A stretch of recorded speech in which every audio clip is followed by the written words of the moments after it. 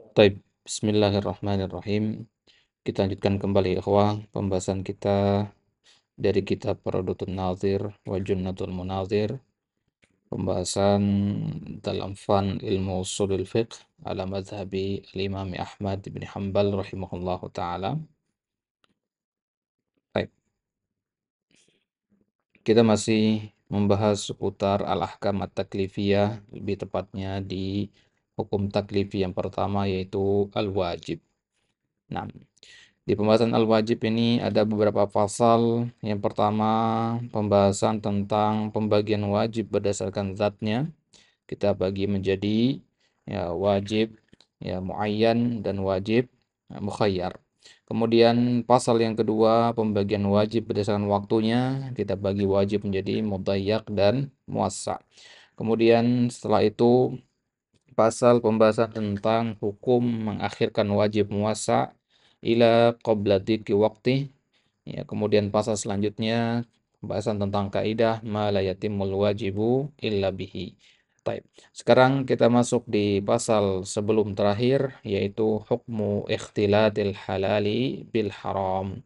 Atau pembahasan ini terkenal juga dengan nama ya, pembahasan al-ishtibah. Ya, ishtibahul halali bil haram. Hukum ketika terjadi pencampuran ikhtilat antara yang halal dengan yang haram. Baik. Jadi pasal ini merupakan cabang dari pembahasan kaidah ma la yatimul wajibu illa bihi bahwa wajib itu. Ini adalah lanjutannya. Jadi di sini ini adalah tatbiq dari kaidah tersebut. Ya, bagaimana kita menerapkan kaidah ma la yatimul wajibu illa bihi? Salah satu penerapannya adalah dalam kasus ini, dalam hukum ikhtilatil halal bil haram. Taib. Maka ketika terjadi pencampuran ya, tercampurnya yang halal dengan yang haram, ya apa yang harus kita lakukan? Nah, taib. Sebelum kita masuk ke situ ikhwah, dalam ilmu al-qawaid al-fiqhiyah, kita mengenal ada sebuah kaidah yang berbunyi idza jatama'al halal wal haram ghullibal haram. Ya, ulang sekali lagi, ditulis ini kaidahnya. Idza jatama'al halalu wal haram. Jika terkumpul antara halal dan haram, ghullibal haram, maka yang dikuatkan adalah sisi pengharamannya. Ya, kalau terjadi labs, ya, ketercampuran antara perkara yang halal dengan yang haram dan tidak bisa kita memisahkan di antara keduanya, maka gullibal haram. Maka yang lebih dikuatkan adalah sisi pengharamannya. Nah, tapi dengan syarat tidak mampu kita menghilangkan istibah itu. Ya, juga harus tasawa, ya, harus seimbang, harus sama porsinya al-hil wal hurmah, ya, kehalalan dan keharamannya harus sama. Nah, ya misalkan eh, ketika hewan yang bisa dimakan, hewan ternak, ya, itu misalkan kuda, kuda boleh dimakan kan. Ya, kuda ini dikawinkan dengan keledai. Ya, yang keledai itu sendiri menurut sebagian ulama tidak boleh haram, ya terutama keledai ahli, keledai bukan yang keledai di hutan, ya artinya keledai yang hidup di perkampungan manusia dan makan dari sampah-sampah dan sebagainya, yang ini haram. Nah sekarang ketika kuda dikawinkan dengan keledai, nah nanti hasilnya anaknya itu bigol, bigol istilahnya ya, atau bagal, bagal itu boleh dimakan apa tidak? Karena pada diri bagol ini tercampur kehalalan dan keharaman. Nah, maka kalau berdasarkan kaidah tadi, ya, maka kita katakan bahwasanya ya, al-bagal itu la yahillu akluhu. Ya, tidak boleh dikonsumsi. Baik. Ya, itu diantara contohnya. Nah, jadi harus kita kuatkan sisi keharamannya. Ya, misalkan kita beli daging, ya, penjual yang mengatakan, ya di dalam tumpukan daging ini ada sapi dan babi. Tapi saya nggak bisa bedakan yang mana sapi dan babi karena sudah kecampur. Nah, maka tidak boleh kita katakan di situ, oh berarti ini boleh dimakan ini, ya, tidak boleh. Ya, justru sisi pengharamannya yang lebih dikuatkan. Nah, idza jatama'al halal wal haram gullibal haram. Baik, kita kembali ke kitab. Hukum ikhtilatil halal bil haram yang merupakan penerapan dari kaidah ma la yatimul wajibu illa bihi fahuwa wajib. Nanti kita akan lihat ya sisi penerapannya dari mana. Al-qaulul awal, kalau terjadi percampuran antara halal dengan haram, ada dua pendapat dalam masalah ini. Pendapat yang pertama, inilah yang dipilih oleh Ibnu Qudamah, yaitu wa idza ikhtalatat ukhtuhu bi ajnabiyah au maitatun bimudzakkah harumata. Nah, pendapat yang pertama dipegang oleh Ibnu Qudamah bahwasanya hukumnya adalah haram. Ya, pendapatnya adalah mengatakan haram. Berarti kalau terjadi pencampuran antara halal dengan haram, yang menang adalah yang haram. Ini berarti sesuai dengan kaidah tadi. Ya, idza jatamal halal wal haram itu. Baik. Contoh kasusnya di sini adalah idza ikhtalatat ukhtuhu. Kalau saudara antum, ya, antum mau nikah nih. Antum punya saudari, ya. Ikhtalatat tercampur bi ajnabiyah dengan perempuan asing, artinya perempuan yang halal untuk dinikahi, ya. Ukhtu di sini maksudnya entah ukhtu dari nasab atau dari ar-radha, ya, sama saja. Katakanlah di satu kampung di situ antum mau menikahi seorang perempuan di situ. Kemudian tiba-tiba orang tua antum bilang, sebenarnya di kampung ini nak ada saudari sepersusuanmu, ya, tapi orang tuanya nggak ngasih tahu siapa saudari sepersusuannya. Orang tuanya keburu meninggal. Nah, kemudian si laki-laki ini mau menikahi perempuan yang ada di desa tersebut, di kampung tersebut. Nah, berarti kan terjadi pencampuran di sini. Ada kemungkinan yang dia pilih perempuan itu adalah saudari sepersusuannya. Meskipun kemungkinan yang kecil, tapi kan tetap ada. Katakanlah di kampung tersebut ada 10 perempuan atau 100 perempuan yang halal untuk dia nikahi seluruhnya. Tapi ya, dia nggak tahu dari yang 100 ini ada satu yang merupakan saudari sepersusuannya. Nah, berarti kan terjadi ikhtilat di sini, ya, antara yang halal untuk dinikahi dan yang haram untuk dinikahi, yaitu ya saudari perempuan dari rodok itu, dari sepersusuan itu. Nah, itu kasus yang pertama contohnya. Atau kasus yang kedua, maitatun bimuzakka. Terjadi pencampuran antara maitah, ya maitah itu maksudnya ya hewan ternak yang lam tudrok tazkiyatuha, yang belum disembelih. Artinya dia bangkai. Nah, maitah itu bangkai. Terjadi pencampuran antara maitah, bangkai, bimuzakka, dengan hewan yang disembelih. Ya, allati dzubihat zabhan syar'iyan, yang disembelih dengan penyembelihan yang syar'i. Ya, zakah itu sembelihan artinya, ya. Kalau zakat itu pakai zai dia, ini pakai zal. Jadi bimuzakka artinya ya hewan yang halal dikonsumsi karena disembelih secara syar'i. Kalau maitah ini bangkai, meskipun aslinya dia adalah hewan yang halal, sapi misalkan, tapi karena tidak disembelih jadi bangkai. Nah, ada dua daging di sini sekarang. Daging dari hewan yang disembelih sama daging yang tidak disembelih. Yang tidak disembelih ini hukumnya hukum bangkai kan jadinya. Ya, meskipun dia tidak busuk, hukum bangkai dia. Nah, dia ditaruh di satu wadah, ya kecampur, dan nggak bisa kita membedakan yang mana yang tadi yang daging yang disembelih sama mana yang tidak disembelih, sama-sama sapi lagi. Nah, berarti kan ikhtilat di sini antara daging yang disembelih dengan yang tidak disembelih. Maka menurut Ibnu Qudamah, harumata, seluruh daging yang ada haram hukum. Ya, karena apa? Karena ada kemungkinan untuk mengkonsumsi daging yang haram tersebut. Ya. Baik. Kenapa ya daging bangkai tersebut atau daging hewan yang disembelih tidak secara syar'i itu dikatakan haram? Al-maitata bi'illatil maut. Ya, kalau bangkai itu diharamkannya ilahnya adalah al-maut. Ya. Sedangkan muzakkah ilahnya adalah al-istibah. Kenapa bangkai itu diharamkan? Ya karena matinya bukan dengan sembelihan syar'i. Nah, kemudian hewan yang disembelih secara syar'i ini kan ilah tadi berarti sudah terangkat kan. Nah, sekarang apa ilahnya kalau hewan yang disembelih secara syar'i ini? Kenapa kok jadi haram? Ya, sapi sudah disembelih secara syar'i, kok malah jadi haram? ya. Nah, kita katakan keharaman di sini ilahnya adalah al-ishtibah. Ya, al-ishtibah itu artinya kerancuan antara mana yang bangkai, mana yang bukan gitu. Jadi bukan dagingnya yang diharamkan di sini sebenarnya, ya, tapi kemungkinan kita mengkonsumsinya, memanfaatkannya gitu. Nah, maka kan nggak mungkin kita mengatakan masa daging sapi disembelih secara syar'i kita katakan haram. Ya, yang diharamkan itu bukan dagingnya, ya, itu yang dari fiil, ya, karena hukum itu kaitannya dengan fiil bukan dengan zat. Nah, nanti kita akan bahas itu ya di pendapat yang kedua nanti. Ya. Al-qaulu tsani wa munaqashatuhu. Pendapat yang kedua, wa qala qaumun. Ya, jadi disebutkan di sini siapa kaum di sini? Al-mudzakkatu halal, lakin yajibul kafu anhuma. Wa hadza mutanaqidun.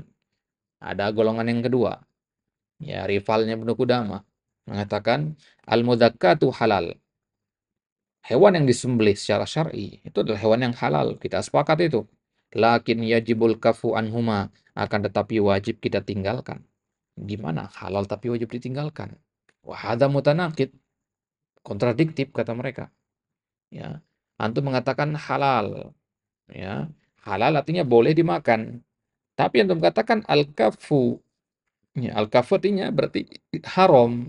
Ya, berarti seolah-olah antum mengatakan hewan yang disembelih secara syar'i itu halal dan haram. Kan nggak mungkin. Sesuatu hitam dan putih sekaligus kan nggak mungkin. Ya, mutanakid. Ya, halal dan haram itu nggak kumpul dalam satu benda. Ya, ini adalah ucapan yang ya bertentangan. Ya, ucapan yang kontradiktif. Id laisal hillu wal hurmah wasfan dzatiyan lahuma bal huwa muta'alliqun bil fi'il. Nah, jadi harus pahami di sini ya bahwasanya al hillu wal hurmah, halalnya sesuatu atau haramnya sesuatu, untuk pahami baik-baik kaidah ini. Wasfan dzatiyan lahuma, ya bukanlah wasfan dzatiyan, ya bukan sifat zat dari ya hewan tersebut, ya. Sapi yang disembelih secara syar'i dengan yang tidak disembelih, ya. Penghalalan dan pengharamannya bukan sifat untuk zat tersebut, bal huwa muta'alliqun bil fi'il, tapi dia berkaitannya dengan fi'il, ya. Kaitannya dengan fi'il. Nah, dari sini antum bisa ambil kaidah bahwasanya ya muta'alliqul hukmi al fi'lu. Ya, antum paham muta'alliq ya? Kaitannya, ya, konsekuensinya kayak ruang lingkup, ya, yang dihukumi itu yang mana gitu. Yang dihukumi adalah perbuatannya, bukan zatnya. Kita katakan khamr, ya, khamr itu diharamkan bukan karena zatnya, ya, tapi dikarenakan ya perbuatannya. Ya, kalau khamr ada khamr tapi tidak dikonsumsi, ya nggak haram, ya. Ya, artinya ada khamar di tengah hutan dan tidak ada satupun manusia yang menyentuhnya. Ya, tidak ada satupun manusia yang tahu keberadaannya. Ya, nggak masalah begitu. Nah, jadi al-hillu wal hurmah itu kaitannya bukan dengan zat tapi dengan perbuatan. Nah, maka dalam pembahasan ini ya, ada istilahnya maudu'ul hukum sama muta'alliqul hukum. Kalau muta'alliqul hukum tadi kita sepakat adalah al-fi'il. Ya, muta'alliq dari sebuah hukum itu adalah fi'il. Nah, kalau maudu'ul hukum itu az-zawatnya, al-a'yan, zatnya. Nah, maka kalau dalam kasus khamar tadi, khamar itu namanya maudu'ul hukum, ya. Minum khamar itu namanya al-af'al, muta'alliqul hukum. Nah, jadi maudu'ul hukum dengan muta'alliqul hukum. Nah, maka ainul khamar itu maudu'ul hukum, tempat diletakkannya hukum itu. Ya, tapi muta'alliqnya adalah kepada al-af'alnya, ya, perbuatan hamba terhadap zat tersebut gitu. Nah, jadi kalau antum mengatakan bahwasanya al-muzakkatu halal, ya, hewan yang disembelih secara syar'i itu halal, ya, itu kaitannya bukan dengan hewannya, tapi kaitannya dengan kita yang mengkonsumsinya. Artinya halal itu kan mubah, boleh. Boleh untuk apa? Ya boleh untuk dikonsumsi, kan logikanya begitu. Ya, antum masih ingat pengertian al-ahkam. Al-ahkam at-taklif ya kan? Khitabus syar'i al-muta'alliq bi af'alil mukallafin. Ya, ta'alluqnya adalah af'alul mukallafin, perbuatan mukallaf. Perbuatan dikatakan di situ, bukan dengan zat al-mukallafnya. Ya. Ketika sholat diwajibkan kepada kita, sholat itu adalah maudu'ul hukum. Ya, perbuatan kita mengerjakan sholat itu muta'alliq al-hukum. Itulah namanya hukum taklifi. Gitu ya. Nah, kalau sholat, yaitu zatnya dari Allah. Allah yang perintahkan gitu. Ya, yang menjadi fokus kita itu adalah hukum dari zat yang diturunkan itu. Ya, bukan ya, hakikat dari zat yang diturunkan, sholat misalkan. Ya, tapi yang diperintahkan adalah untuk melakukannya. Ya, konsekuensi dari zat yang diturunkan tadi apa? Sholat diturunkan berserta perintah. Konsekuensinya bagi kita apa? Wajib dikerjakan. Nah, baik. Itu pahami baik-baik kaidahnya ya. Bahwasanya muta'alik dari hukum itu adalah kepada ya fiilnya, bukan kepada zatnya. Fa idza haruma fi'lul akli fihima fa ayyu ma'nan liqaulina ya halal. Ya, kalau kita haramkan untuk memakan kedua-duanya, maka apa makna ucapan kita bahwasanya dia halal? Ya, apa maksudnya di sini? Ya, ya antum katakan haram, tapi kok halal gimana? Tadi kan kita katakan hewan yang disembelih secara syar'i itu halal, tapi nggak boleh dimakan.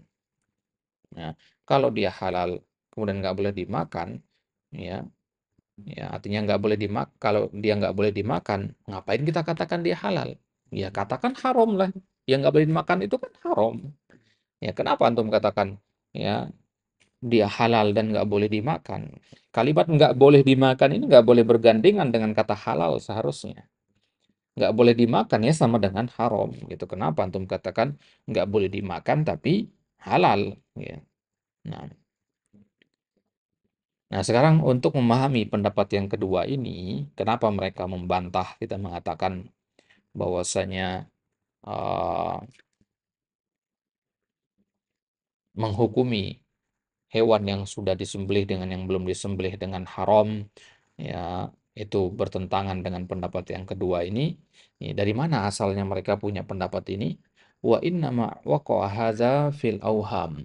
Nah, jadi pendapat dari orang-orang yang pertama itu, ya, ya afwan pendapat dari orang-orang yang kedua ya dari qala qaum tadi wa inna ma waqa'a hadza ya hadza di sini maksudnya hadzal qaul ya qaul atsani maksudnya ya hadza di sini kembalinya ke al qaul atsani ya yang menolak at-tahrim tadi ya baik pendapat ini adalah pendapat yang jatuh kepada yang namanya al-auham al-auham itu jamak dari waham ya maksudnya adalah al-khayalat al-aqliyah. Al-auham ini maksudnya al-khayalat al-aqliyah. Ya. Imajinasi akal saja. Fata morgana bahasa kita. Nah, ini pendapat yang semu gitu, pendapat yang tidak nyata, pendapat yang ngawang-ngawang, pendapat yang fiktif gitu, pendapat yang nggak bisa terima akal gitu. Baik. Kenapa begitu? Ya, karena mereka itu dohal wasfa bil hilli wal hurmah ya al wasfa bis sawadi wal bayad. Karena mereka doha. Ya, doha artinya ya, membandingkan pensifatan halal dan haramnya sesuatu dengan pensifatan as-sawad wal bayad. Sawad wal bayad artinya hitam dan putihnya sesuatu. Halal itu dikonotasikan seperti putih, haram dikonotasikan seperti ya hitam. Nah, analogi yang seperti ini keliru. Dari sini akar mulanya kenapa mereka punya pendapat yang kedua ini. Kenapa? Karena mereka menyamakan antara halalnya sesuatu dengan sifat putih pada benda. Ya, atau dengan hal-hal yang bisa dilihat dengan panca indera. Halal dan haram itu kan adalah sifat maknawi kan. Ya, sifat yang abstrak. Sedangkan hitam dan putih itu sifat yang ya, bisa dilihat dengan mata. Ya, sifat yang hissiyah dia. Ya. Nah, dari sini akar permasalahannya kenapa mereka membantah itu. Wadzalika wahmun. Nah, ini adalah waham. Ya, ini adalah pendapat yang keliru. Ya, kenapa kita katakan waham? Ya, karena mereka menggambarkan bahwasanya halal dan haram itu adalah sifat zat ya bagi hewan yang disembelih dengan yang tidak disembelih. Yang disembelih sifat zatnya halal, yang tidak disembelih sifat zatnya haram. Ya, mereka membayangkan ya sifat zat halal pada hewan yang disembelih itu seperti sifat zat putih pada sebuah benda. Nah, ulang sekali lagi. Ya. Orang pendapat yang kedua ini menyamakan sifat halalnya hewan yang sudah disembelih secara syar'i itu sama dengan sifat zat pada benda yang berwarna putih. Nah, kemudian hewan yang tidak disembelih secara syar'i, mereka katakan itulah sifat zat hewan tersebut sebagaimana sifat zat hitam pada sebuah benda gitu. Nah, jadi ya perbedaannya di situ. Nah, maka kita katakan wal amru laisa kadzalik. Ya, bukan seperti itu. Yang benar adalah bahwasanya ya, halal dan haram itu adalah wasfun muta'alliq bil akal la bidzat. Ya. Nah, bahwasanya halal dan haram itu adalah wasfun adalah sifat yang muta'alliqnya itu bil akal dengan makan. Ya, fiil berarti kan. La bidzat bukan pada zat bendanya gitu. Nah, ya karena mereka menyamakan ini antara ya apa namanya wasab zat dengan wasab ya, hissi ya wasab zat wasab afan wasab fiil dan wasab wasab zat ya zat itu punya sifat fiil itu juga punya sifat. Jadi yang disifati dengan halal dan haram itu adalah fiil, sedangkan yang disifati dengan hitam putih merah biru itu adalah zat. Fiil bisa nggak kita katakan perbuatan kamu merah sekali? Ya nggak bisa. Pasti yang disifati merah itu benda kan. Wah langit itu ya, cerah sekali. Wah tembok itu putih sekali. Wah mobil itu merah sekali. Ya benda semua kan. Nah maka nggak bisa disamakan ya, antara sifat yang maknawi dengan sifat yang hakiki.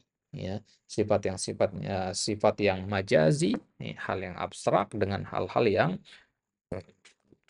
yang konkret ya, yang bisa kita lihat ya, dengan mata kepala kita. Baik. Nah, ini dia wadzalika wahmun ala ma dzakarnahu wallahu a'lam. Ya, maka kata Ibnu Qudamah di sini ini adalah waham ya bertentangan dengan ya apa yang telah kita sebutkan wallahu taala a'lam. Ya, berarti ya kesimpulan dari pasal ini adalah kalau terjadi pencampuran antara halal dan haram, maka kita katakan yang menang adalah keharamannya, bukan kebolehannya. Pendapat yang pertama itu yang mengatakan ya pengharamannya lebih kuat. Ya, berarti ini sejalan juga dengan definisi dari waro itu ya. Waro itu kan kehati-hatian.